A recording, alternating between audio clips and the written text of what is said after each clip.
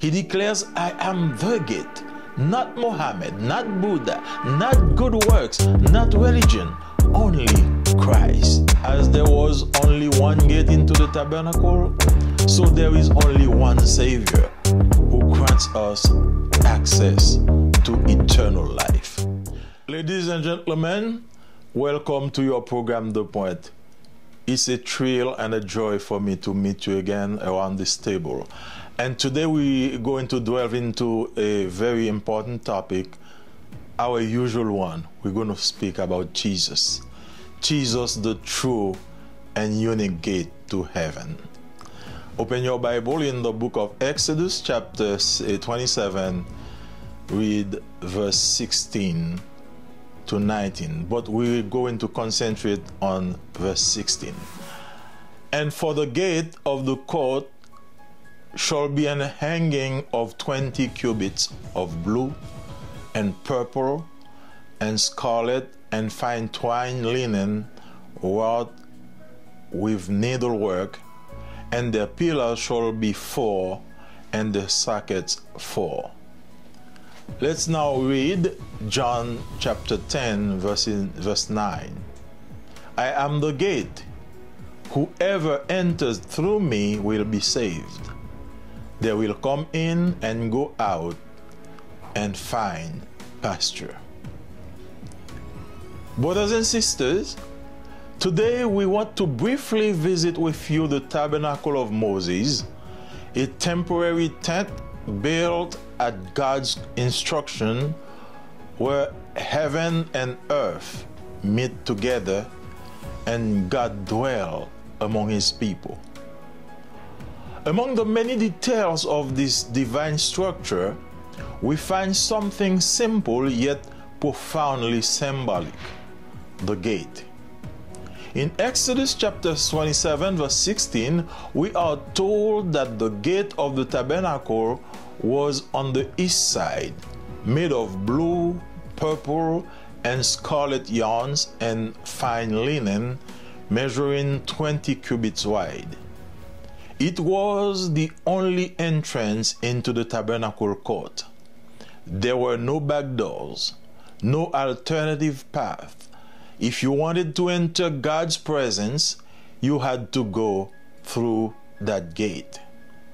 Fast forward to the New Testament and we hear the words of Jesus in John chapter 9 verse 10, I am the gate. Whoever enters through me will be saved. And in John chapter 14 verse 6, he affirms again, I am the way and the truth and the life. No one comes to the Father except through me. As the central character of the entire biblical account, the life of Jesus fulfills prophecies of the Old Testament and explains the symbols hidden behind the existence of each memorial. In the tabernacle, there was one gate leading into the outer court. This gate was not just a practical entry point, it was a divine statement. God was showing us early on that access to his presence is exclusive, not random or open-ended. Exodus 27 verse 16 describes the gate's construction: beautifully woven fabric in blue, representing divinity, purple, royalty, and scarlet, sacrifice, stretched across an opening supported by pillars. Every detail of this gate pointed to Jesus. The blue color attests his divine nature. Speaking of Jesus, John wrote in his first book, in the beginning was the Word, and the Word was with God, and the Word was God. John 1 verse 1. The purple refers to his kingship. Again, John wrote this declaration in the last book of the Bible. On his robe and on his thigh, he has this name written, King of Kings and Lord of Lords. Revelation 19 verse 16. The prophet Isaiah foretold his sacrifice on the cross for the forgiveness of sin. He used the scarlet color to describe the deep stain of sin in us, but the blood shed at Calvary will make it right again. Come now, let us settle this matter, said the Lord. Though your sins are like scarlet, they shall be as white as snow. Isaiah 1 verse 18. Revelation 19 verse 8 describes the linen that adorns the gate of the tabernacle as the righteousness bought by the blood of Jesus. Let us rejoice and be glad, said John, and give him glory, for the wedding of the Lamb has come, and his bride has made herself ready. Fine linen, bright and clean, was given her to wear.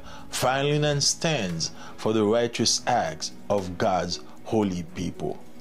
This was no ordinary curtain. It was a prophetic portrait of Christ centuries before his incarnation. And just as there was only one way in to worship God in the tabernacle, there is only one way to the Father through Jesus Christ. Jesus declares, I am the gate. Whoever enters through me will be saved. There are three powerful truths in this one verse. First, the exclusivity of salvation. Jesus doesn't say, I am one of the many gates. He declares, I am the gate. Not Muhammad, not Buddha, not good works, not religion, only Christ. John 14 verse 6 says, no one comes to the Father except through me. Peter echoes this in Act 4 verse 12, saying, salvation is found in no one else, for there is no other name under heaven given to mankind by which we must be saved. Just as there was only one gate into the tabernacle, so there is only one Savior who grants us access to eternal life. Second, we see the simplicity of this access. Jesus says, whoever enters through me, that means salvation is available to anyone, rich or poor, educated or uneducated, Jew or Gentile. The gate is open. The invitation is for all. But just as in Moses' time, people had to physically walk through the gate, you too must personally enter through Christ by faith, confession, and repentance. The third truth found in this symbol is the security that we find in those saved. The verse says that whoever enters the gate will be saved, not may be saved. There is no doubt that if you take the step to enter the gate, you will surely be saved. Jesus assures us his lovely presence for our daily sustenance. They will come in and go out and find pasture. John 10 verse 9. Entering through the gate leads to salvation, security, and spiritual nourishment. Jesus not only brings us into the fold, but he protects us, feeds us, and leads us. In him, we are eternally safe. Psalm 23 verse 1 to 3 says, the Lord is my shepherd, I lack nothing. He makes me lie down in green pastures. He leads me beside quiet waters. He refreshes my soul. He guides me along the right path for his name's sake. My friends, the old adage, all road leads to Rome, is not true for heaven.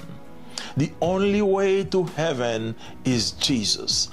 The enemy would love to convince the world that there are many paths to God. But any gate other than Jesus is a trap. In John 10 verse 1, Jesus warns, anyone who does not enter the sheepfold by the gate, but climbs in by some other way, is a thief and a robber. Modern society offers a buffet of counterfeit gates. The gate of good words, the gate of good deeds, trying to earn salvation, the gate of religion, rituals without relationship, the gates of morality, like you are good. Oh, the gates of universalism, believing all roads lead to God. These are dead ends. Only Jesus crucified and risen can lead to life. When we enter through Christ, we don't just receive salvation, we gain access to God's presence, His promises, and His eternal glory. We go from guilt to grace, from wandering to belonging, from death to life. Beloved, the gate is open. Jesus is calling. He stands not as a cold threshold, but as a living, loving Savior. The tabernacle taught us that the way to God is sacred, specific, and singular. Jesus fulfilled that vision. He is the gate of grace, the door of deliverance, the entrance to eternal life. Do not linger outside. Do not look for shortcuts. Step through the only gate that leads to heaven, Jesus Christ. Now that you already heard the message, I'm not going to force you. But if you are convicted by the Holy Spirit, I urge you to bow your head wherever you are and let's pray together. Lord, we thank you for the salvation offered in Jesus. And we recognize that Jesus is the unique gate that leads to you, God the Father. He represents and he signified the gate in the tabernacle of Moses that was the only entrance into God's presence. And now we know that our deed, our work, our rituals cannot and will not lead us into salvation. But if we go through you by Jesus, we will see your salvation. Now I pray for someone somewhere who is convicted by the Holy Spirit, who confesses his sins and wants to give you his soul, his heart. We ask you to save him, forgive his sin, and let him get through the gate so he can see your face. We ask all this in the name of Jesus. Amen. Chers dans le Seigneur, que la paix et la grâce de Dieu soient avec vous. C'est encore votre frère Joël Marseille, vous souhaitant la bienvenue sur votre programme Le Point. Nous allons ouvrir nos Bibles, tandis que nous allons considérer ce sujet important aujourd'hui. Nous allons parler de Jésus, la véritable et unique porte du ciel. Les versets à considérer sont Exode chapitre 27, versets 16 à 19, et aussi nous verrons un verset dans le livre de Jean. Exode chapitre 27, verset 16, nous lisons: pour la porte du parvis, il y aura un rideau de 20 coudées bleues, pourpre et cramoisi, et de fin lin retors en ouvrage de broderie, avec 4 colonnes et leurs 4 bases. Dans Jean chapitre 10, verset 9, nous lisons: je suis la porte. Si quelqu'un entre par moi, il sera sauvé. Il entrera et il sortira et il trouvera des pâturages. Bien-aimés, aujourd'hui, nous voulons brièvement visiter avec vous le tabernacle de Moïse, une tente temporaire construite sur l'ordre de Dieu, où le ciel rencontrait la terre et où Dieu demeurait parmi son peuple. Parmi les nombreux détails de cette structure divine, nous trouvons un élément simple, mais profondément symbolique, la porte. Dans Exode chapitre 27, verset 16, nous apprend que la porte du tabernacle se trouvait à l'est, faite de fils bleus, pourpre et cramoisi et de fin lin, et mesurait 20 coudées de large. C'était la seule entrée dans la cour du tabernacle. Il n'y avait pas de porte de derrière, pas d'autre moyen d'entrer. Pour entrer dans la présence de Dieu, il fallait passer par cette porte. Faisons maintenant dans le Nouveau Testament, faisons un court parcours dans le Nouveau Testament où nous lisons les paroles de Jésus dans Jean chapitre 10 verset 9 quand il dit « Je suis la porte, quiconque entre par moi sera sauvé ». Et Jean chapitre 14 verset 6 affirme « Je suis le chemin, la vérité et la vie. Nul ne vient au Père que par moi. » En tant que personnage central de tout le récit biblique, la vie de Jésus accomplit les prophéties de l'Ancien Testament et explique les symboles cachés derrière l'existence de chaque mémorial. Dans le tabernacle, il y avait une porte menant au parvis extérieur. Cette porte n'était pas seulement un point d'entrée pratique, c'était une déclaration divine. Dieu nous montrait très tôt que l'accès en sa présence est exclusif et non aléatoire, ni illimité. Exode chapitre 27, verset 16 décrit la construction de cette porte. Un magnifique tissu de couleur bleue représentant la divinité, pourpre représentant la royauté et écarlate et décrivant le sacrifice qui va se faire au calvaire. Et c'est tendu sur une ouverture soutenue par des piliers. Chaque détail de cette porte pointait vers Jésus. La couleur bleue atteste sa nature divine. Parlant de Jésus, Jean écrit dans son premier livre, « Au commencement était la parole, et la parole était avec Dieu, et la parole était Dieu. » Jean 1er, verset 1er. La couleur pourpre fait référence à sa royauté. Jean réitère cette déclaration dans le dernier livre de la Bible. Sur son vêtement et sur sa cuisse, il portait ce nom écrit, Roi des rois et Seigneur des seigneurs. Apocalypse chapitre 19, verset 16. Le prophète Ésaïe a prédit son sacrifice sur la croix pour le pardon des péchés. Il a utilisé la couleur écarlate pour décrire la profonde tache du péché en nous. Mais le sang versé au calvaire la blanchira à nouveau. Venez, réglons cette affaire, dit le Seigneur. Même si vos péchés sont comme le cramoisi, ils deviendront blancs comme la neige. Ésaïe 1er, verset 18. Apocalypse chapitre 19, verset 8 décrit le lin qui orne la porte du tabernacle comme la justice apportée par le sang de Jésus. Réjouissons-nous et soyons dans l'allégresse, dit l'apôtre Jean, et rendons-lui gloire, car les noces de l'agneau sont venues et son épouse s'est préparée. Un fin lin éclatant et pur lui a été donné pour se vêtir. Le fin lin représente les actes justes du peuple saint de Dieu. Ce n'était pas un rideau ordinaire, c'était un portrait prophétique du Christ des siècles avant son incarnation. Et tout comme il n'y avait qu'une seule voie d'accès pour entrer dans la présence de Dieu dans le tabernacle, il n'y a qu'une seule voie vers le Père, Jésus-Christ.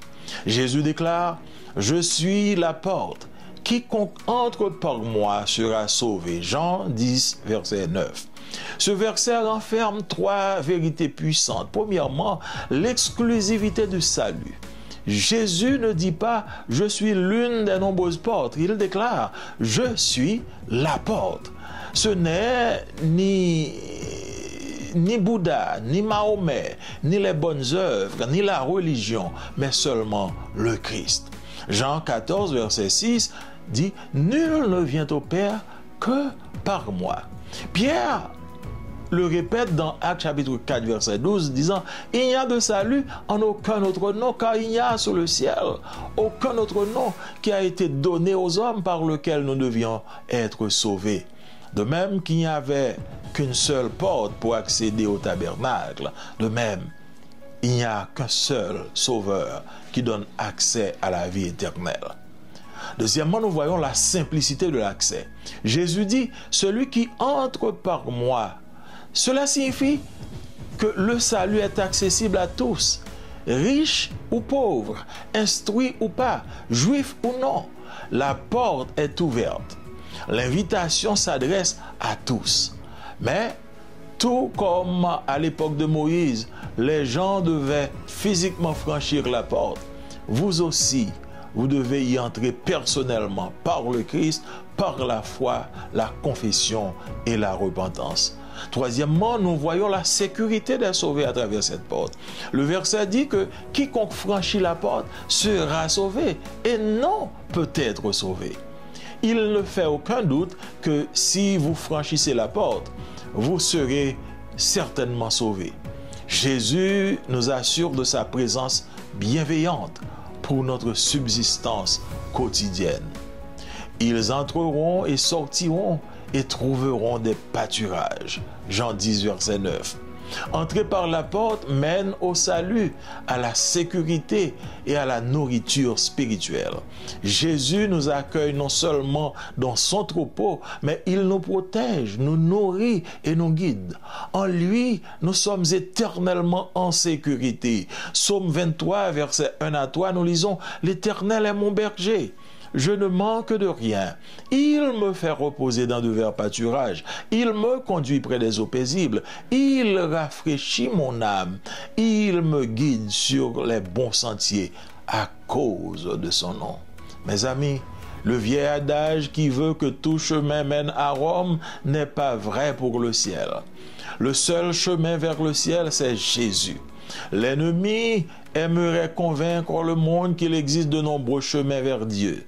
Mais toute autre porte que Jésus est un piège. Dans Jean chapitre 10, verset 1er, Jésus nous avertit « Quiconque n'entre pas par la porte dans la bergerie, mais y monte par un autre chemin, est un voleur et un brigand. » La société moderne nous offre une multitude de fausses portes.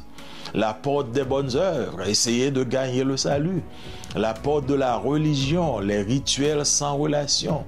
La porte de la moralité, être une bonne personne. La porte de l'universalisme, croire que tous les chemins mènent à Dieu. Ce sont des impasses. Seul Jésus crucifié et ressuscité peut mener à la vie. Lorsque nous entrons par le Christ, nous ne recevons pas seulement le salut, nous avons accès à la présence directe de Dieu, à ses promesses et à sa gloire éternelle. Nous passons de la culpabilité à la grâce, de l'errance à l'appartenance, de la mort à la vie. Bien-aimés, la porte est ouverte. Jésus nous appelle. Il se tient là non seulement pour vous accueillir, mais pour vous faire vivre la vie et goûter de son amour.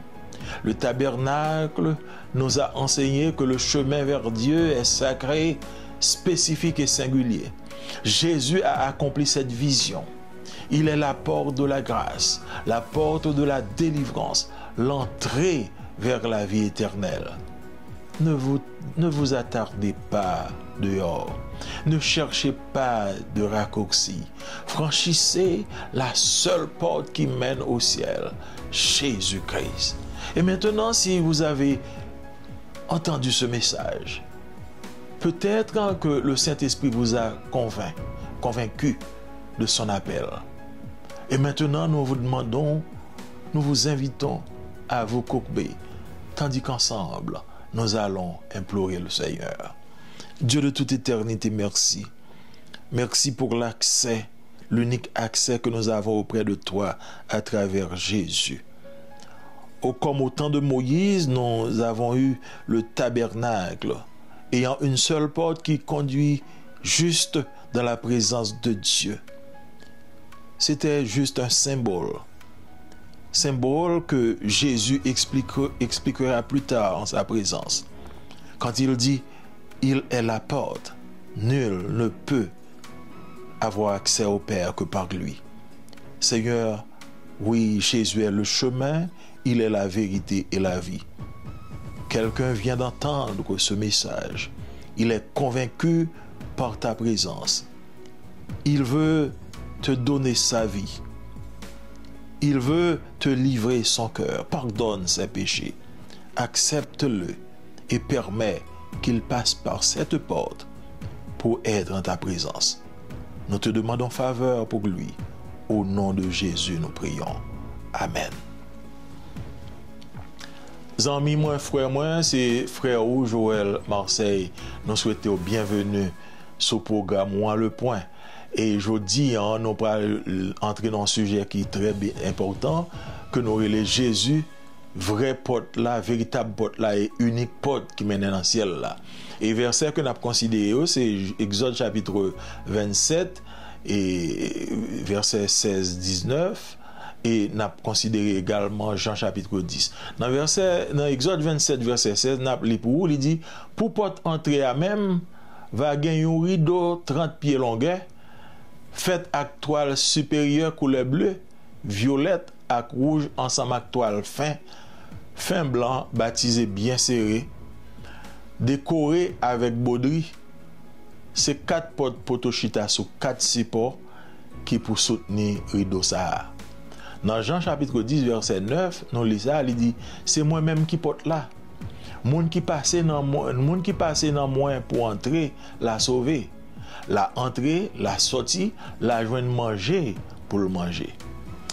Amis, moi dans le Seigneur, je dis, nous voulons brièvement visiter avec le tabernacle de Moïse, qui c'était un temps temporaire qui était construit sous l'autre bon Dieu côté ciel là, qui rencontré terre, et que bon Dieu t'est demeuré parmi peuple. Parmi tout détail dans la structure divine, ça nous joignons un élément simple, mais qui a en pile signification. C'était porte là. Et Exode chapitre 27, verset 16, apprend nous que porte tabernacle là, il était situé à l'est et il était formé d'un rideau qui était fait à toile bleue, en couleur bleue, pourpre et cramoisi. Il était fin lin, il était mesuré 20 coudées de large. C'était seule entrée qui était gagnée dans la cour tabernacle là. Pas de gain l'autre porte derrière, pas de gain ni sous côté ni avant, pas de gain l'autre moyen pour entrer. Pour entrer dans la présence de bon Dieu, il faut côté passer par porte ça. Quand on fait un coup d'œil rapide dans le Nouveau Testament, côté n'a li parole Jésus, dans Jean chapitre 10 verset 9, côté Jésus dit, moi c'est porte là. Moun qui entre par moi-même l'a sauvé. Et dans Jean chapitre 14, verset 6, il affirme, il dit, moi c'est chemin, moi c'est vérité, moi c'est la vie. Personne ne peut pas boire papa que par moi-même. En tant que personnage principal de tout récit biblique là, Jésus accomplit prophétie Ancien Testament et il explique symbole qui cachait derrière l'existence chaque mémorial. Dans le tabernacle là, tu as une porte qui te menait au parvis extérieur là. Porte ça, pas seulement un point d'entrée pratique, mais c'est ton déclaration divine, c'est ton message. Bon Dieu te voulait montrer nous très tôt que accès pour entrer dans la présence, c'est pas un bagage qui est exclusif. C'est ton bagage qui pas ton bagage qui est venu au hasard et c'est pas ton bagage qui t'est illimité. Dans Exode chapitre 27, verset 16, il décrit construction porte ça. C'était un magnifique rideau qui a une couleur bleue, qui représentait la divinité, qui a une couleur pourpre, qui représentait la royauté, et une couleur violette écarlate, qui représentait le sacrifice qui était étendu sous porte ça, qui était étendu sous porte ça, rideau ça, qui couvert porte ça. Chaque détail de porte ça, il était pointé vers Jésus. Couleur bleue, elle était attestée la nature divine de Jésus. Parlant de Jésus, Jean pral écrit dans le premier livre. Il dit au commencement, c'était parole là t'es avec bon Dieu et parole là t'es bon Dieu. Jean chapitre 1er, verset 1er.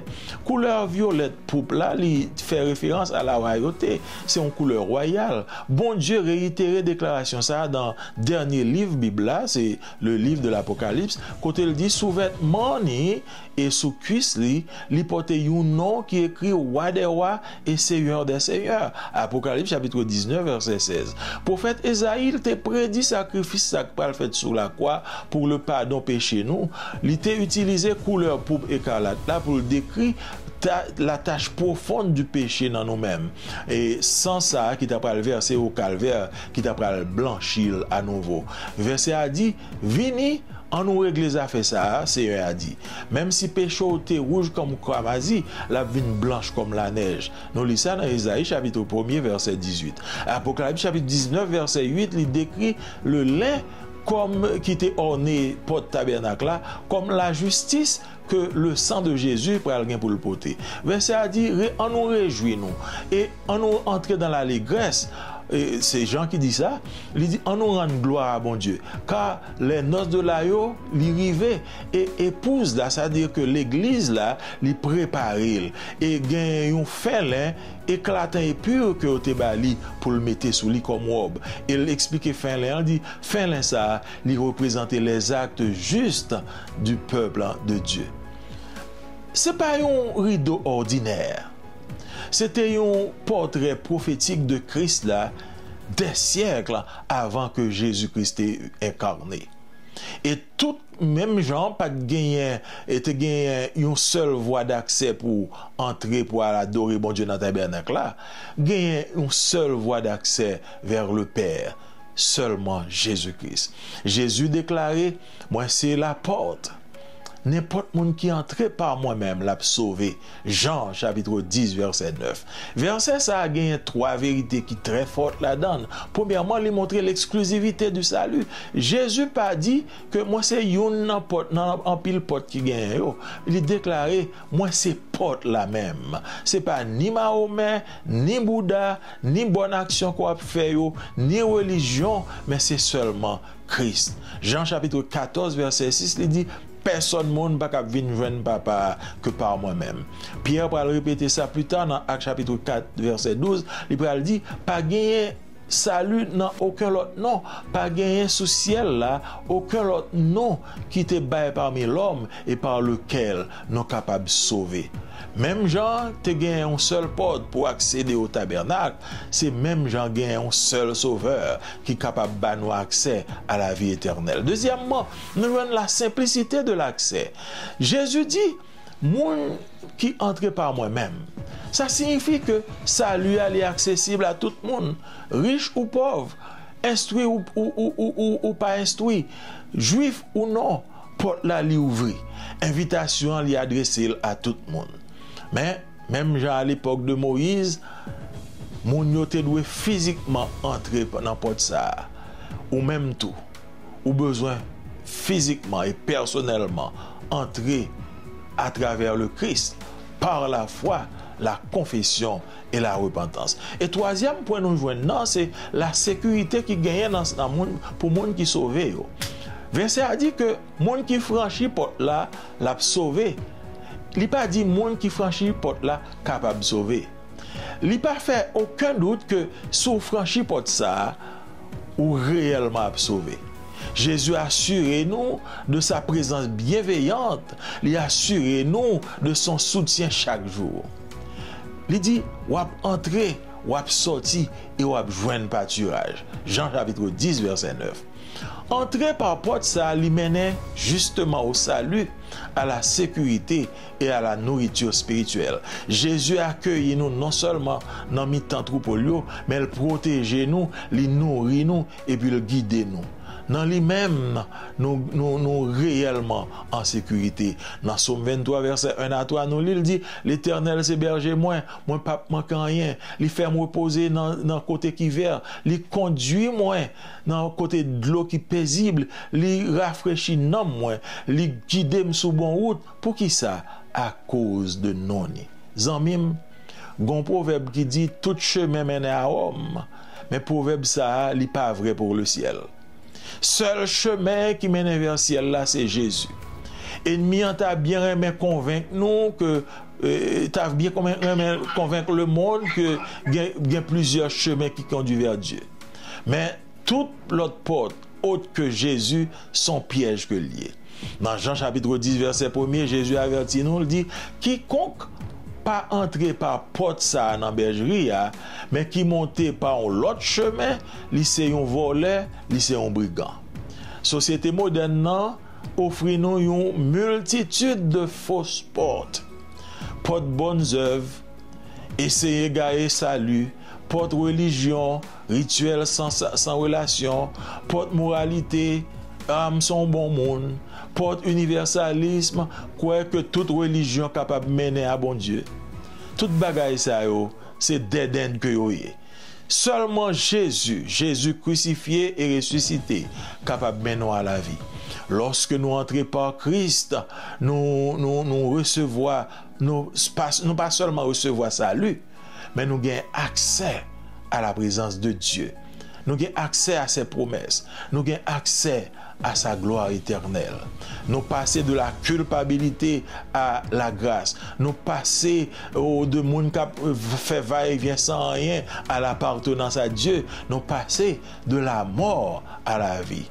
Bien-aimé, porte la ouverte. Jésus fait appel à nous. Il campe là non seulement pour l'accueillir nous, mais pour le faire nous vivre la vie et pour le faire nous goûter de l'amour. Tabernacle a enseigné nous que seul chemin vers bon Dieu, le sacré, le spécifique et le singulier. Jésus accomplit vision ça. Il se porte la grâce là, il se porte délivrance là, il se entrer vers la vie éternelle. Puis Gochita perd du temps dehors. Pas chercher prendre chemin qui coûte yo, à chercher raccourci. Franchir seul porte ça qui menait au ciel, savoir Jésus-Christ. Moi sûr que quand il y a autant de messages là.